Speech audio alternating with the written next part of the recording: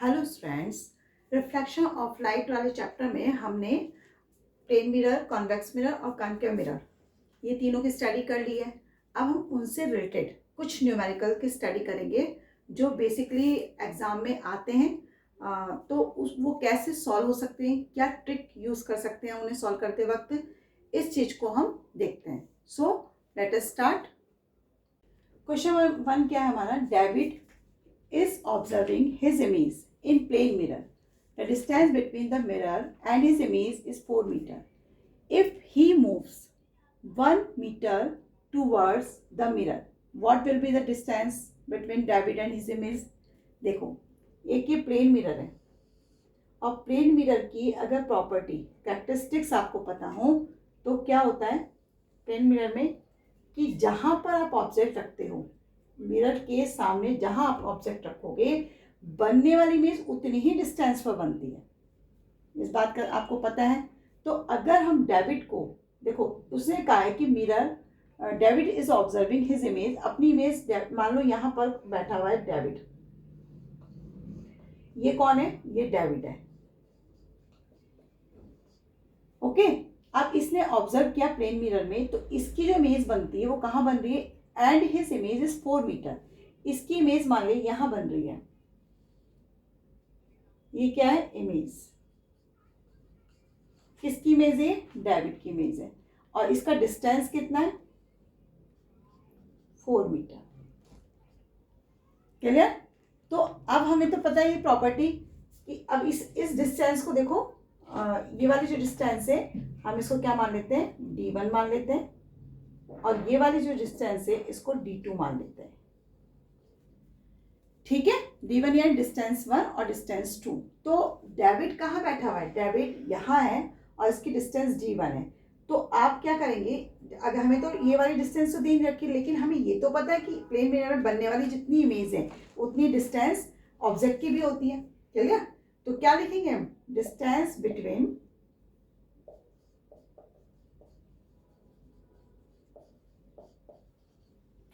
ये between the mirror and David's image कितनी है? d2 is equal to 4 metre. अब ऑब्जेक्ट कहाँ रखा जाएगा? बिल्कुल इक्वल रखा जाएगा। तो ये होगा हमारा d1 is equal to d2। ये दोनों इक्वल होते हैं। अगर इक्वल है तो ये भी 4 मीटर हुआ। अगर हमें यहाँ पूछा जाए कि डिस्टेंस तो कितनी हुई डेविड की और उसकी इमेज में डिस्टेंस कितनी है, तो 4 + 4 इज इक्वल टू 8 मीटर आ गई। लेकिन हमसे ये नहीं पूछा गया, हमसे पूछा गया है कि if he moves 1 metre towards the mirror. अब ये थोड़ा सा आगे खिसके हैं, यानी इमेज जो है इसकी कहाँ गई है? यहाँ पर 1 मीटर ये टूवर्ड्स गया है। अगर ये 1 मीटर टूवर्ड्स गया है तो d1 कम हुआ, नेचुरली कि d2 भी कम होगा, क्योंकि इमेज तो बिल्कुल उतनी ही बनती है जितनी ऑब्जेक्ट होता है। तो अब हम सेकंड कंडीशन में क्या लेंगे? फर्स्ट कंडीशन तो हमारी ये हो गई, और इसमें अगर हम डेविड की इमेज और उसकी इमेज निकालेंगे तो क्या होगा? देखिए, हम क्या लिखेंगे? Distance between David and his image. तो कितनी हो गई कितनी हो जाएगी हमारी? इसको निकालते हैं हम d1 + d2 is equal to 4 + 4 is equal to 8 metre. ये हमारी पहला स्टेप खत्म हुआ है यहाँ पर। क्लियर? अब हमें क्या कहा गया है कि वो मूव कर रहा है टूवर्ड्स द 1 मीटर। उसके लिए हम क्या करें? इसको रफ कर देती हूँ अभी मैं। सेकेंड सिचुएशन क्या है हमारी? 1 मीटर से टूवर्ड किया, तो हम सेकेंड सिचुएशन में क्या लिखेंगे? इफ डेविड मूव्स 1 मीटर, ये 1 है, 1 मीटर किधर? Towards the mirror.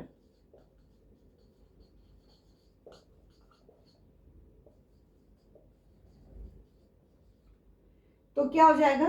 देन अब आपके पास d1 कितना हुआ? 4 - 1 इज इक्वल टू 3 मीटर। अब आपको ये तो पता ही कि d1 इज इक्वल टू होता है d2। इट मीन्स 3 मीटर ही होगा। तो डिस्टेंस कितनी हो गई उसकी, डिस्टेंस बिटवीन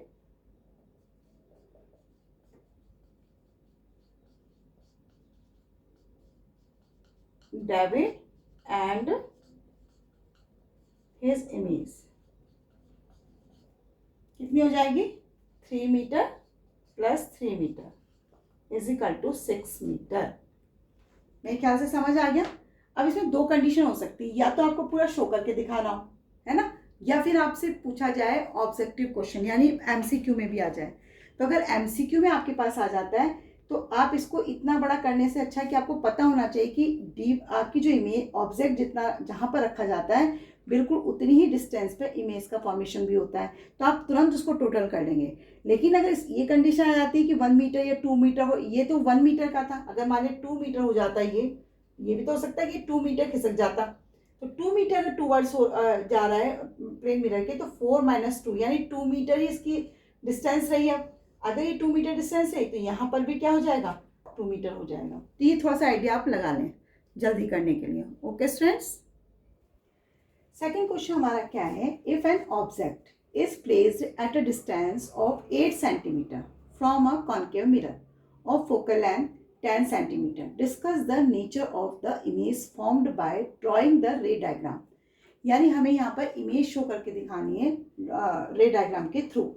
हमें क्या दे रखा है, देखो जनरल क्या होता है कि अगर आपको ये एमसीक्यू क्वेश्चंस दे रखा है, एमसीक्यू में अगर आपसे पूछा गया कि उसकी इमेज क्या होगी, ये क्वेश्चन दे दिया, तो आप इसको सॉल्व करने बैठेंगे, काफ़ी लंबा प्रोसेस हो जाता है। अगर मैं इसको सिंपल वे में शो करूं तो आपको देखो छोटी सी बात ध्यान रखनी है, आपको ये पता है कि आपका जो कॉन्केव मिरर होता है ये होता है, क्लियर, और इसमें ये हमारा क्या हो गया, प्रिंसिपल फोकस, सॉरी प्रिंसिपल पोल हो गया, ये प्रिंसिपल एक्सिस हो गई, एक्स एंड वाई। ओके बच्चों, तो क्या होगा कि हमें दिया गया है ये, दिस इज एफ, ये हमारा हो गया सी।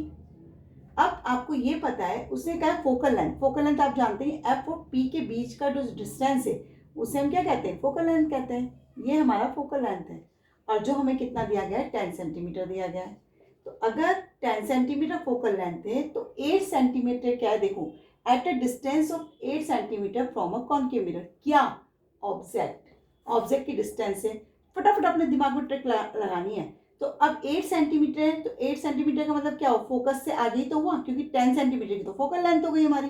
तो 8 सेंटीमीटर तो नेचुरल कि मैं यहाँ क्या करूँ, ऑब्जेक्ट यहाँ रख देती हूँ। समझ आए, तो ये हमारा ऑब्जेक्ट से लेकर पोल तक की डिस्टेंस कितनी हो गई, 8 सेंटीमीटर। अब आपको ये पता है कि जब भी एफ और पी के बीच में ऑब्जेक्ट रखा जाता है तो बनने वाली इमेज हमेशा कहाँ बनती है, बिहाइंड द मिरर होती है। तो उसने पूछा कि नेचर क्या होगी इमेज की, समझ आए, तो नेचर क्या होगी, जब बिहाइंड द मिरर बनता है तो नेचर क्या हो जाती है, वो हो जाती है आपकी, नेचर क्या होगी, एक तो होगी इरेक्ट, है ना, और साथ में इरेक्ट के साथ में क्या होगी, वर्चुअल, और साथ में मैग्नीफाइड भी होगी, मतलब लार्ज होगी। समझ आया कि किस तरह से आप फटाफट निकाल सकते हैं ये। अब लेकिन आपसे थोरोली जैसे ड्राइंग द रे डायग्राम के थ्रू पूछा गया है, तो आप इसमें क्या कर सकते हैं, अल्टरनेटिव मेथड क्या हो सकता है, सेकंड मेथड, इसका रे डायग्राम आपको पता है वैसे तो, यहाँ से पैरेलल जाएगी रे, तो किसको काटती है, एफ को काटेगी। सेकंड रे का अब इसको एफ को काटे तो पीछे चली जाएगी यहाँ से, और सेकंड इसको सी से काटेगी। डायग्राम प्लीज स्केल से बनाया करें, विदाउट स्केल बनाते हैं तो लाइनें ना इधर उधर हो जाती हैं जो सही नहीं होती हैं। देखो जहां ये मिलेगा, मीट होएगा, वहीं पर आपका डायग्राम बन जाए, मतलब आई मीन इमेज बन जाएगी, वहीं पर इसकी क्या हो जाती है, फॉर्मेशन हो जाती है। तो ये आपका क्या होगा, देखो ये ए और बी क्या थी आपकी, ऑब्जेक्ट था, ये इसे हम क्या कह रहे हैं, ऑब्जेक्ट, और जहां ये बन रहा है वो क्या है, इमेज। ये क्या बनेगा, ए डैश और बी डैश। समझ आए, ये सी से रह गई है, सी पर ही वापस आएगी, ये रे यहां से गई है तो यहां से वापस आ जाएगी। इस तरह से रे डायग्राम आप अगर दिखाना है तो शो करके दिखाएंगे, लेकिन इसे हम निकालेंगे कैसे, अगर हम इसे न्यूमेरिकल के थ्रू शो करेंगे तो हम कैसे इसको ये करके बताएंगे कि बनने वाली इमेज हमारी कहाँ बन रही है, बिहाइंड द मिरर बन रही है। तो उसके लिए हम क्या करेंगे, देखिए उसका सॉल्यूशन हम क्या करेंगे, हमें क्या दे रखा है, फोकल लेंथ दे रखी है। फोकल लेंथ यानी जिसको हम एफ से रिप्रेजेंट करते हैं, तो एफ इजिकल टू क्या हो जाएगा, हमें हमेशा जो भी हमारी फोकल लेंथ है कॉन्केव मिरर की वो किधर रहती है, लेफ्ट हैंड साइड पे। तो फोकल लेंथ कितनी हो जाएगी, -10 सेंटीमीटर। इसी तरह से हमारा ऑब्जेक्ट का डिस्टेंस यानी यू, ऑब्जेक्ट के डिस्टेंस को हम यू से रिप्रेजेंट कर रहे हैं, तो कहाँ है, लेफ्ट हैंड साइड पे ही रहता है हमेशा, तो -8 सेंटीमीटर हो जाएगा। और हमें निकालना क्या, इमेज, तो हमारा क्या हो जाएगा, v हमें फाइंड आउट करना है। फॉर्मूला पुट कर लीजिए, 1/v plus 1/u is equal to 1/f। 1/v हमें फाइंड आउट करना है, 1/u कितना है हमारा, 1/-8 और 1/f कितना है, -10।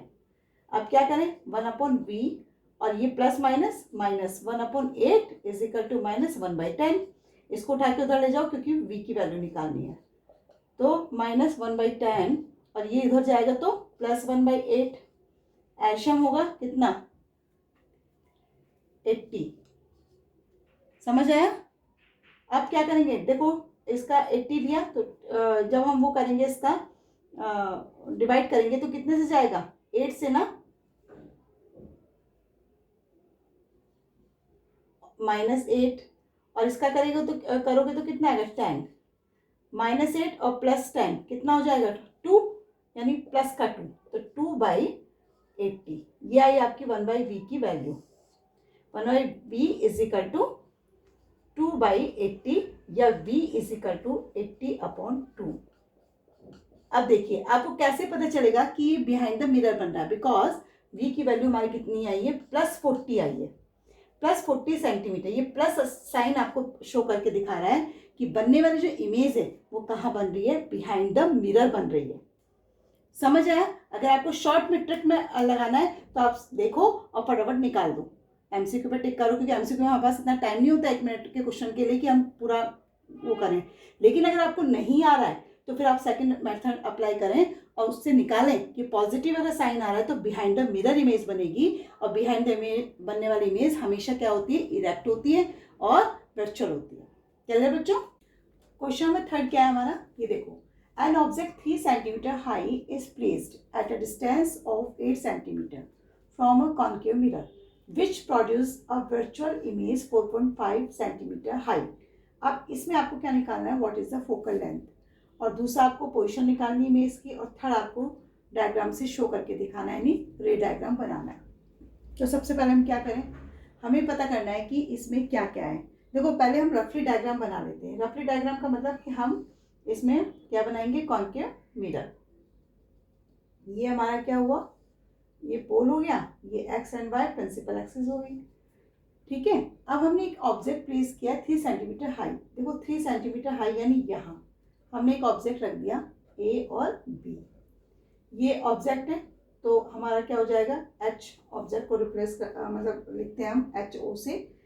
अब ये प्रिंसिपल एक्सिस के ऊपर है तो नेचुरल की क्या होगा, पॉजिटिव होगा, तो पॉजिटिव कितना होगा, 3 सेंटीमीटर। दूसरी बात उसने क्या कहा, इस place at a distance of 8 centimetre. देखिए इस place at a distance of 8 centimetre from a concave, यानी कि जो जहाँ रखा हुआ है ये और इस पॉल के बीच की जो डिस्टेंस है वो कितनी है, 8 centimetre. Clear, from concave mirror से। तो चूंकि ये भी लेफ्ट हैंड साइड पर रखा हुआ है, लेकिन और कहाँ है, ये हमने पहले भी जो पॉइंट्स हमने प्रीवियस जो लेक्चर था हमारा या पिछली वाली जो वीडियो थी उसमें हमने देख लिए थे पॉइंट्स कि कहाँ पर ऑब्जेक्ट रखा जाता है तो हम कौन सा साइन अप्लाई करते हैं। तो नेचुरली कि यहाँ पर कौन सा होगा, यू हमारा ऑब्जेक्ट डिस्टेंस से रिप्रेजेंट करते हैं हम, तो यू कितना हो जाएगा हमारा 8 सेंटीमीटर, और किस में होगा, प्लस में कि माइनस में, तो लेफ्ट हैंड साइड पे है तो क्या होगा 8 - 8 सेंटीमीटर। उसके बाद उसने कहा है which produce a virtual image 4.5 centimetre. Virtual image है तो आपको पता है इस चीज़ का कि वर्चुअल इमेज हमेशा कहाँ बनती है, बिहाइंड द मिरर बनती है, तो यहाँ कुछ बन रही होगी, है ना। और इसकी हाइट उसने कितनी कही है, 4.5 सेंटीमीटर कही है। ये आपकी इमेज है। तो ये हमारा एक थोड़ा सा रफली डायग्राम हो गया। अब रफली डायग्राम में हम ये देखते हैं कि हमें मिला क्या क्या है, क्या क्या दे रखा है। ये तो मैंने खैर डायग्राम में आपको शो करके बता ही दिया है कि क्या क्या मिला हुआ है, लेकिन अब हम क्या करें, सबसे पहले हम देखें क्या क्या मिला हुआ है। तो HO इज इक्वल टू क्या होता है हमारा +3 सेंटीमीटर। इसी तरह से HI कितना दिया हुआ है, HI हमें डिस्टेंस इमेज 4.5 सेंटीमीटर, तो ये भी हमारा +4.5 सेंटीमीटर होगा। और तीसरी चीज हमें क्या दे रखी है, U is equal to -8 centimetre. अब आपको ये पता है फॉर्मूला, देखो फर्स्ट हमें कहा गया फोकल लेंथ निकालने के लिए, तो फोकल लेंथ निकालने का जो फॉर्मूला होता है हमारा 1/v + 1/u is equal to 1/f होता है। यहाँ पर आपके पास v नहीं है, f भी नहीं है, सिर्फ ओनली u है। दो चीजें नहीं है तो आप कैसे निकालोगे, आपके पास दो होनी चाहिए तब आप तीसरी निकाल पाते हो, लेकिन एक ही है और दो नहीं है तो आप नहीं निकाल सकते। तो हम कोई ऐसा फॉर्मूला अप्लाई करेंगे जिसमें H और HI हमारे पास हो, है ना। तो आपको एक फॉर्मूला पता है क्या, M इज इक्वल टू आपके पास क्या होता है H2/H1, यानी H2 क्या है इमेज और HO क्या है ये ऑब्जेक्ट की जो हाइट है वो, क्लियर। तो H2H1 या हम इसे HI से भी रिप्रेजेंट करते हैं, ये मैं कई बार बता चुकी हूँ, कंफ्यूज मत होना प्लीज, ये इसे भी आप H1 और H2 ही करके लिख लें, ठीक है। तो M क्या हो जाएगा, M is equal to H2 आपको कितना दिया हुआ है 4.5 दिया हुआ है, तो आप 4.5 लिख दीजिए। H1 कितना आपके पास 3 दिया हुआ है, क्लियर। इसको कट करेंगे तो कितना आएगा, 3 × 1 = 3 और 3 × 5 = 15, क्लियर। तो ये कितना आया 1.5 सेंटीमीटर। तो ये मैग्निफिकेशन आया आपका, लेकिन तो मैग्निफिकेशन है ना, आपके पास तो वी यू अब भी नहीं आया है, लेकिन आपको याद हो तो हमारे पास एक और फॉर्मूला अप्लाई होता है, क्या वो फॉर्मूला होता है हमारा M is equal to -v/u। आया याद कुछ, ओके। तो यहाँ पर हमारे पास मैग्निफिकेशन आ गया है, u हमें दे रखा है, v हम निकाल लेंगे और निकाल कर इसमें पुट करके हमारे पास f की वैल्यू आ जाएगी। तो कितना कैसे लिखेंगे हम 1.5 इज इक्वल टू -v/u की वैल्यू क्या है आपके पास -8, क्लियर।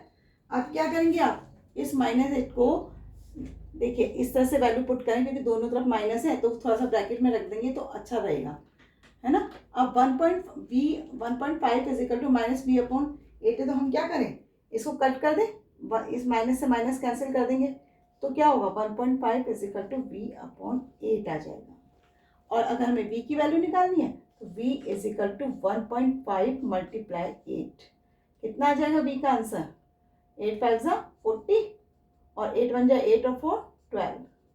तो आपकी जो v की वैल्यू आई वो कितनी आई, इसको मैं रफ कर देती हूँ, ओके यहाँ लिख देती हूँ, v इज इक्वल टू कितना आया 12। अब देखिए v is equal to 12 centimetre है, ओके। और आपको ये भी दिख रहा होगा कि ये पॉजिटिव है ना। तो पहले हमने second question what is the position of image, इससे हमें सेकंड क्वेश्चन मिल रहा है v is equal to +12 centimetre. क्या मिल रहा है, क्योंकि प्लस में वैल्यू है तो आपको ये पता है कि कभी भी जब पॉजिटिव वैल्यू आती है v की यानी इमेज की, तो वो कहाँ बनेगा, बिहाइंड द मिरर बनेगा, यानी राइट साइड पे बनेगा। तो आप क्या लिखेंगे सेकंड का आंसर। वैसे तो इसको पूरा टोटली आंसर बाद में लिखें क्योंकि f हमें फाइंड आउट करना है पहले, लेकिन यहाँ से आपको पता चल रहा है कि पोजीशन क्या है इसकी, इमेज बिहाइंड द मिरर।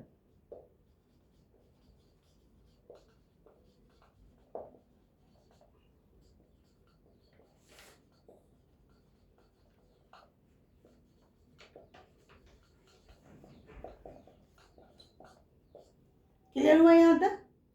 अब हमें क्या निकालना है, लेकिन फोकल लेंथ निकालनी है। तो अब हम फर्स्ट वाला देखो, यहां से हमें फर्स्ट निकालना है, ये रफ कर देती हूँ मैं सारा। अब हम आंसर फर्स्ट निकाल रहे हैं। फर्स्ट क्या हमारा 1/v हमारा 12 आया था, प्लस 1/u हमारे पास -8 है और 1/f हमें निकालना है। प्लस माइनस माइनस होता है तो 1/12 - 1/8, ओके। अब हम इसका एलशियम लेंगे, एलशियम कितना आएगा हमारा 24। एलशियम निकालने का तरीका आपको मैं कई बार बता भी चुकी हूँ, वैसे 12 × 8 जैसे एलशियम लेते हैं ना, हम इस तरह से निकाल लें करके, और जो बचेगा उसको मल्टीप्लाई करके यहाँ पर लिख लें। तो कितने से जाएगा ये 12 का जो टेबल है 24 में कितनी बार जाएगा 2 बार, और 8 का टेबल कितनी बार जाएगा, 3 बार, कितना आएगा -1/24। ये 1/f इज इक्वल टू -1/24 आया है और f की वैल्यू कितनी आई है, f इज इक्वल टू -24 आई है। निकल गया हमारा फोकल लेंथ, क्लियर। तो अब हम आंसर क्या लिखेंगे, पहले का आंसर तो हमारा ये हो गया, ठीक। सेकंड का आंसर आप लिखेंगे v इज इक्वल टू +12। और जो मैंने आपको बताया था, क्या बताया था कि आप क्या लिखेंगे, इमेज बिहाइंड द मिरर, तो वही आप यहाँ पर लिख देंगे, इमेज बिहाइंड द मिरर। मैंने वहां भी आपको लिख के दिखा दिया था जब v की वैल्यू आई थी 12, लेकिन यहाँ भी आप सीक्वेंस में लिखना चाहेंगे तो 12 का सेकंड का आंसर आपका क्या जाएगा, इमेज बिहाइंड द मिरर। और किस तरह बनी है, राइट साइड, तो बिहाइंड से वैसे पता चलता है, लेकिन फिर भी आप लिख सकते हैं राइट साइड। ओके, तो ये 2 क्वेश्चन हमारे सॉल्व हो गए। अब थर्ड क्वेश्चन देख लीजिए आप। अब हमें ड्रॉ करना है डायग्राम को। ड्रॉ करने के लिए अगेन वही, सबसे पहले आप कॉन्वेक्स लेंस बना, कॉन्केव लेंस बना लें। कॉन्केव लेंस में ये हमारा क्या हो गया, P और X and Y principal axis हो गई हमारी, क्लियर बच्चों। अब हमें क्या दिया गया है, देखो यहाँ पर आपकी फोकल लेंथ कितनी आई थी, आपकी जो फोकल लेंथ आई थी वो 24 सेंटीमीटर थी, यानी इधर थी। और आपका जो ऑब्जेक्ट है वो कहाँ रखा हुआ है, 8 सेंटीमीटर डिस्टेंस पे। तो ये 24 सेंटीमीटर और ये बिहाइंड द मिरर बन रहा है, तो यहाँ पर यानी इस जगह पर आपको क्या रखना पड़ेगा, अपना ऑब्जेक्ट। और ये आपकी फोकल लेंथ हो गई और ये आपका C हो गया। अब आपको पता है कि यहाँ से जाने वाली रे कहाँ जाएगी, प्रिंसिपल एक्सिस को क्रॉस करेगी, सॉरी प्रिंसिपल एक्सिस के पैरेलल जाकर फोकस को क्रॉस करेगी। और सेकंड रे आपकी जो C से जाती है वो C पर ही वापस आती है। और ये प्रिंसिपल एक्सिस के पर पैरेलल जाकर जब F को काटती है तो बिहाइंड द मिरर चली जाती है, इस तरह से। ये रे भी कहाँ जाएगी, बिहाइंड द मिरर। और जहां भी ये 2 रे मीट होंगी वहीं पर आपका क्या बन जाएगा, ऑब्जेक्ट। ये आपका क्या है, ऑब्जेक्ट है। और ये ए बी, ये ए डैश और बी डैश, क्लियर। ये रे गई थी वापस यहीं पर आ गई है, क्लियर हुआ, मेरी बात समझ आ गई। ये M और ये M डैश जो कि आपका क्या है, कॉन्केव मिरर है। और ये आपका, सॉरी यहाँ ऑब्जेक्ट नहीं इमेज है, सॉरी बच्चों, ऑब्जेक्ट आपका ये है, क्लियर। तो आपका रिजल्ट क्या हुआ, वैसे तो आपको पता ही चल रहा था कि कहाँ बन रही है, पोजीशन क्या है इसकी, बिहाइंड द मिरर। और कैसा है ये, इरेक्ट एंड वर्चुअल, क्लियर। तो इस तरह से आप रे डायग्राम बनाकर भी शो कर देंगे। तो क्वेश्चन नंबर 3 आपको क्लियर हो गया होगा, समझ आ गया होगा। ओके, नेक्स्ट क्वेश्चन हमारा क्या है, N arrow 2.5 centimetre high is placed at a distance of 25 centimetre from a diverging mirror of focal length 20 centimetre. Find the nature, position and size of the image formed.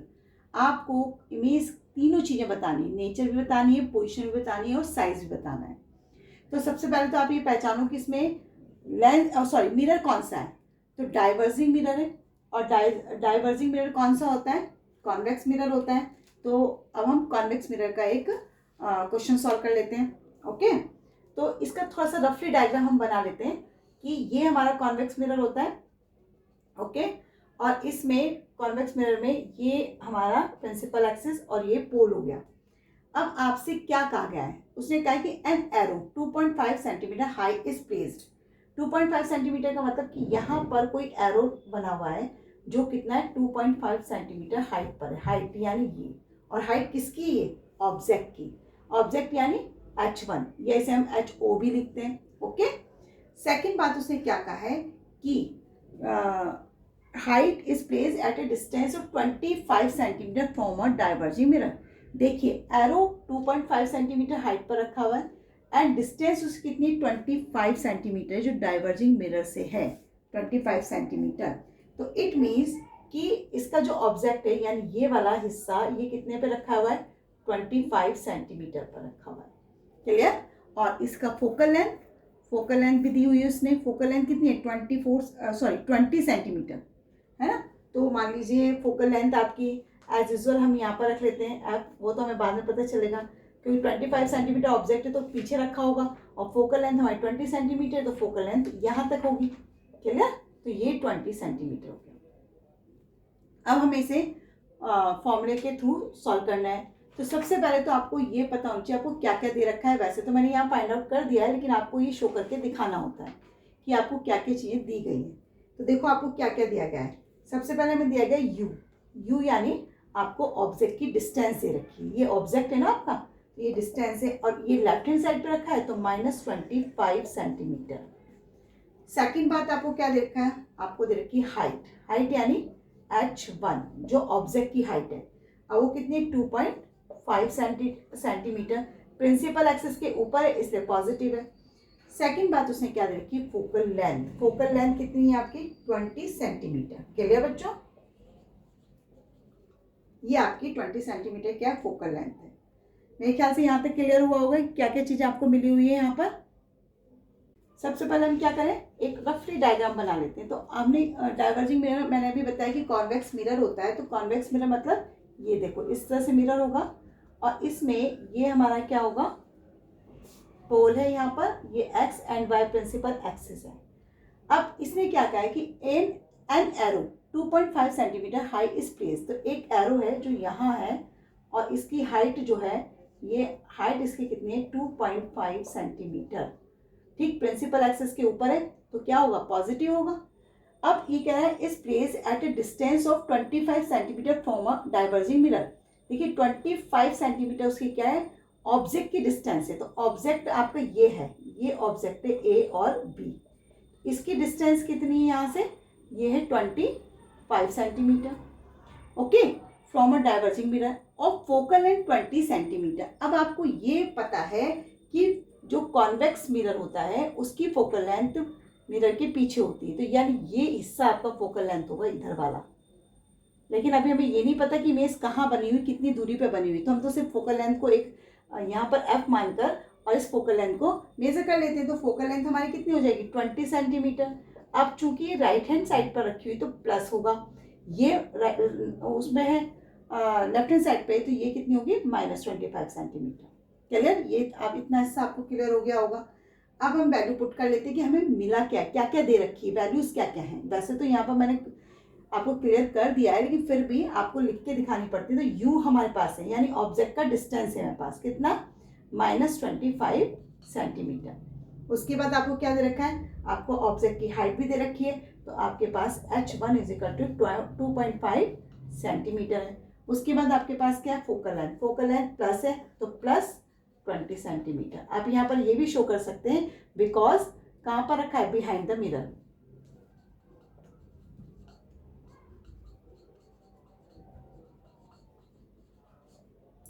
Clear हो गई। अब formula put करके और हम यहाँ पर क्या निकालेंगे इमेज डिस्टेंस निकालेंगे। इसको मैं रफ कर देती हूँ। देखो फॉर्मूला हमारा क्या है 1/v + 1/u = 1/f। Value put करो 1/v + 1/u की वैल्यू हमारे पास क्या है -25 = 1/20। -25 को उठा के उधर लेके जाएंगे हम तो 1/v प्लस माइनस माइनस हो जाता है। एक बार लिख ही देती हूँ चलो = 1/20। अब क्या होगा इसको नीचे वाली वैल्यूज को मैं रब कर रही हूँ। तो 1/v = 1/20 और ये उठ के उधर जाएगा तो कितना हो जाएगा 1/+25। अब इसका एल्शियम ले लीजिए आप 20 और 25 का जो एल्शियम लेंगे तो कितना आएगा आपका 100 रख लेते हैं है ना। तो 100 में एल्शियम निकालना आता है ना, ऐसे करके निकाल लिया करेंगे एल्शियम 25 और 20। ये मैंने इससे पहले वाली वीडियो में भी शो करके दिखाया था। इस तरह से आप एल्शियम निकाल लेंगे तो पता लग जाएगा आपको कि 100 आता है। उसके बाद हम क्या करेंगे अब डिवाइड कर लीजिए 25 100 होता है और 2400 होता है, नहीं 25 की टेबल में 4/100 आता है, 20 की टेबल में 5/100 आता है। तो कितना आया 1/v is equal to 9/100। Clear? और ये 1/v इज इक्वल टू 9/100 है। अगर v की वैल्यू आप निकालेंगे तो कितना आएगा 100/9। डिवाइड करेंगे, डिवाइड करने से क्या आएगा, देखिए डिवाइड करेंगे पता भी चल रहा होगा, 9 बन जा 9 जाएगा, फिर 10 आएगा तो 9 बन जा 9 जाएगा, तो v इज इक्वल टू कितना आएगा 11.1। ये v क्या है 11.1 क्या है ये सेंटीमीटर। एक चीज और आपने नोट करी होगी कि जो आंसर आपका आ रहा है वो क्या आ रहा है प्लस में आ रहा है। क्लियर? अगर प्लस में इसका आंसर आ रहा है तो आपको इसकी पोजीशन और नेचर के बारे में पता चल गया होगा। तो पोजीशन क्या होगी इसकी, बिहाइंड द मिरर। ये बिहाइंड द मिरर हमने कैसे पहचाना, क्योंकि बिकॉज इसका आंसर पॉजिटिव में आया है। क्लियर? सेकंड बात इसे क्या पूछा, नेचर क्या है इसका। तो नेचर आपको ये सब लिख के दिखाना है कि कैसे आंसर आता है और क्या आपको शो करना है। नेचर क्या होगा इसका, देखिए बिहाइंड द मिरर बन रहा है, तो बिहाइंड द मिरर आपको ये भी पता है कि प्रिंसिपल एक्सिस के ऊपर बनती है इमेज। तो कैसी होती है, erect, erect and virtual. Clear? अब तीसरी चीज हमारे पास क्या है, साइज। अब वो भी हमें फाइंड आउट करना है, तो वो भी हम देख लेते हैं साइज कैसे निकालें। साइज निकालने के लिए हम क्या करेंगे, अगेन नेक्स्ट फॉर्मूला यूज करेंगे। देखिए साइज में आपको पता है फॉर्मूला होता है m is equal to h2/h1, यानी height of the image and height of the object. आपके पास किस किस की हाइट है, सिर्फ ओनली आपके पास हाइट ऑफ द इमेज है, ऑब्जेक्ट की हाइट नहीं है। सॉरी, आपके पास हाइट ऑफ द ऑब्जेक्ट है, इमेज की हाइट नहीं है, और मैग्निफिकेशन भी नहीं है। तो दो चीज नहीं है तो आप एक चीज कैसे निकाल लोगे, नहीं निकाल सकते। तो हम नेक्स्ट फॉर्मूला यूज करते हैं। तो आपको ये भी पता है कि मैग्निफिकेशन का एक और फॉर्मूला होता है -v/u। हम ये दोनों चीजें हैं हमारे पास, तो हम मैग्निफिकेशन निकालेंगे और फिर ये निकालने के बाद इसकी वैल्यू यहाँ पुट कर तब हम ये वैल्यू निकालेंगे, हाइट ऑफ द इमेज निकालेंगे। तो सबसे पहले हम इसकी वैल्यू पुट कर लेते हैं। तो ये हमारा क्या है, m is equal to minus v की वैल्यू अभी मैंने निकाली है, कितनी आई थी 11.1 आई थी और पॉजिटिव थी। u की वैल्यू आपको पता है कितनी है, -225। क्लियर? आप इसको सॉल्व करेंगे। देखिए सबसे पहले तो क्या होगा कि माइनस माइनस आप कैंसिल कर दीजिए, तो m इज इक्वल टू कितना हुआ 11.1/25। अब इसमें डिवाइड करोगे तो आंसर कितना आएगा, डिवाइड करके देखो तो ये आंसर आना चाहिए आपका 0.25 4 जा 100 होता है ना, फिर 25 4 जा 100 होगा। देखो ऐसे 11.1 में आपने 25 का डिवाइड किया तो 25 4 जा 100 होता है, तो पॉइंट आपको पीछे आगे चला जाएगा। आया समझ में? फिर अगेन आपको क्या करना पड़ेगा 100, तो ये आएगा 0.44। तो आंसर आपका मैग्निफिकेशन कितना है 0.44। क्लियर? अब इस 0.44 को आप किसमें पुट करेंगे, यहाँ पर पुट करने के लिए आपको क्या करना पड़ेगा, इसको मैं रफ कर रही हूँ सिर्फ, अब h2/h1 ही रखेंगे वैल्यू। m कितना था आपके पास 0.44, तो ये देखो 0.44 इज इक्वल टू h2 तो आपको निकालना ही है, तो h2 और h1 कितना था आपके पास 2.5 सेंटीमीटर। क्लियर? अब 2.5 सेंटीमीटर, ये भी पॉजिटिव है और ये भी पॉजिटिव है। तो अब हम h2 की वैल्यू निकालने के लिए क्या करेंगे, मल्टीप्लाई कर लीजिए 0.44 मल्टीप्लाई 2.5।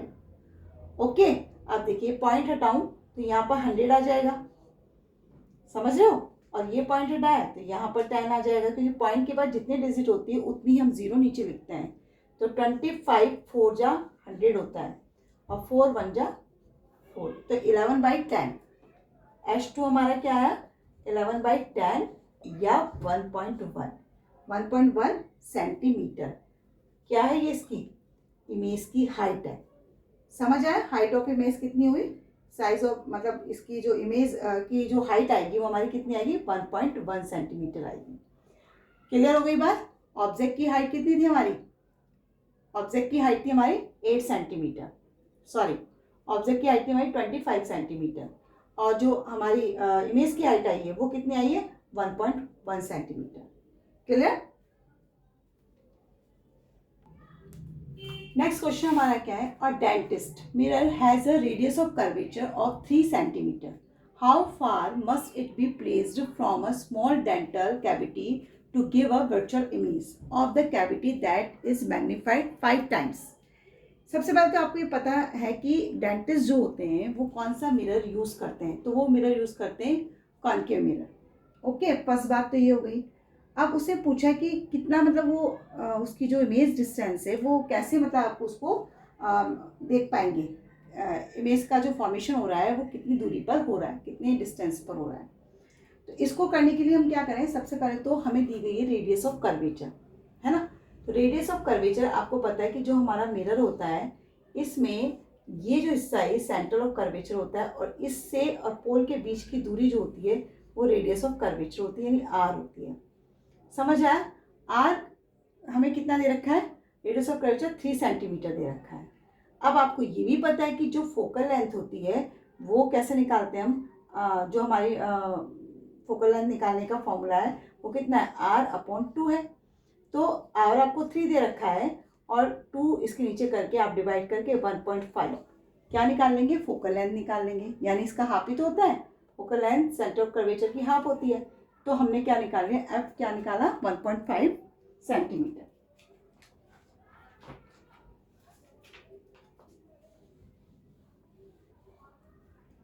क्लियर? तो F हमारे पास क्या है? 1.5 सेंटीमीटर. ओके बच्चों, अब ये 1.5 सेंटीमीटर क्या है? माइनस में, बिकॉज लेफ्ट हैंड साइड पर रखा हुआ है. पहली बात तो ये होगी. अब सेकंड बात देखिए, इसे क्या दिया है? इसे कुछ नहीं दे रखा, ऑब्जेक्ट वगैरह कुछ नहीं दिया है, सिर्फ इतना बोला है कि that is a magnified 5 times. तो मैग्नीफाइड यानी m इज इक्वल टू आपको क्या दे रखा है? m की वैल्यू आपके पास होती है -v/u और आपके पास 5 टाइम्स मैग्नीफाइड है तो इज इक्वल टू -v/u और हमें v की वैल्यू निकालनी हो तो क्या हो जाएगा? 5u is equal to -v या -5u is equal to v. ये माइनस हमेशा इधर आ जाता है जो वैल्यू आपको निकालनी होती है. तो आपके पास दो चीज़ें आ गई, f आ गया और v की वैल्यू आ गई. पुट कर दीजिए फॉर्मूले में. फॉर्मूला क्या होगा आपका? 1/v plus 1/u is equal to 1/f. आपके पास 1/v कितना दे रखा है? -5u plus 1/u is equal to 1/f. क्या करें आप? 5u इसका नेचुरल की एल्शियम लेंगे. एल्शियम कितना आएगा? 5u. तो 5u से 5u कैंसिल हुआ तो -1 प्लस u से u कैंसिल हुआ तो कितना बचा? 5 is equal to focal length आपको दे रखी है कितनी? 1.5 और माइनस में. क्लियर? यहां तक आपको समझ आ गया होगा. माइनस प्लस माइनस तो 4/5u is equal to 1 minus 1.5. अब हम क्या करें? क्रॉस मल्टीप्लाई कर लीजिए आप लोग. तो 5u से 1 का होगा तो 5u इज इक्वल टू 4 का 1.5. क्लियर? 1.5 क्या माइनस में है ना, तो माइनस का साइन यहाँ से यहाँ एक की बात होती है, वैसे तो चलो यहीं लगा देती हूँ. तो 5u इज इक्वल टू जब मल्टीप्लाई करेंगे तो 5u इज इक्वल टू और 4 एंड 1.5 का मल्टीप्लाई किया तो कितना आएगा आपका? ये आप सीधे सीधे ऐसे भी कर सकते हैं, काट सकते हैं इसको. कैसे? इजी करने के लिए u is equal to 4 multiply -1.5 upon 5 काट दीजिए. 5 3 = 15. क्लियर? अब मैं इसे रफ कर दूं यहाँ से. तो देखो कितना आया? u is equal to 4 multiply -0.3. 4 3 = 12. तो u is equal to 1.2 minus. यही आया ना आपका आंसर? -1.2. तो आपका जो आपसे पूछा गया है उसे पूछा है कि how far must it be placed from a small dental cavity to give a virtual image. तो आप क्या लिखेंगे? The mirror. कुछ बच्चे ना यही लाकर छोड़ देते हैं, तो जो चीज पूछी है उतना तक लिखो आप, है ना. तो the mirror should be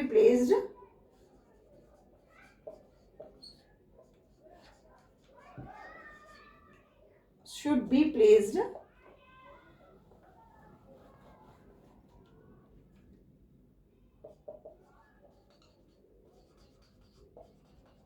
away from dental cavity. ये यहां तक आपका आंसर कंप्लीट होगा। मेरे ख्याल से समझ आ गया कि इस तरह का अगर क्वेश्चन आ जाता है तो आपको कैसे इसको फाइंड आउट करना है। ये थोड़े से इंपॉर्टेंट बेसिक चीजें हैं जो आपको पता होनी चाहिए, ट्रिकी है कि कैसे फटाफट आप इस चीज को सॉल्व कर रही है। दिमाग में तुरंत आ जाना चाहिए क्वेश्चन को पढ़ने से। और कोई भी क्वेश्चन को अगर आप 2 या 3 बार पढ़ते हैं ना, बार बार पढ़ते हैं, तो वो चीज़ आपको माइंड में बैठती ही क्या पूछ रहा है और क्या आपको दिया गया है। समझ आया? अगर आप कुछ जो चीज़ें दी गई हैं वो भी आप यहाँ पर लिख देते हैं तो भी उसके आइडेंटिफिकेशन की कि बच्चे को क्वेश्चन समझ आया है, उसके भी 0.51 मार्क्स मिल जाते हैं। तो आप छोड़ के ना है कुछ भी, चीज़ों को देखें, समझें, उसके बाद उसको रिप्रेजेंट करें।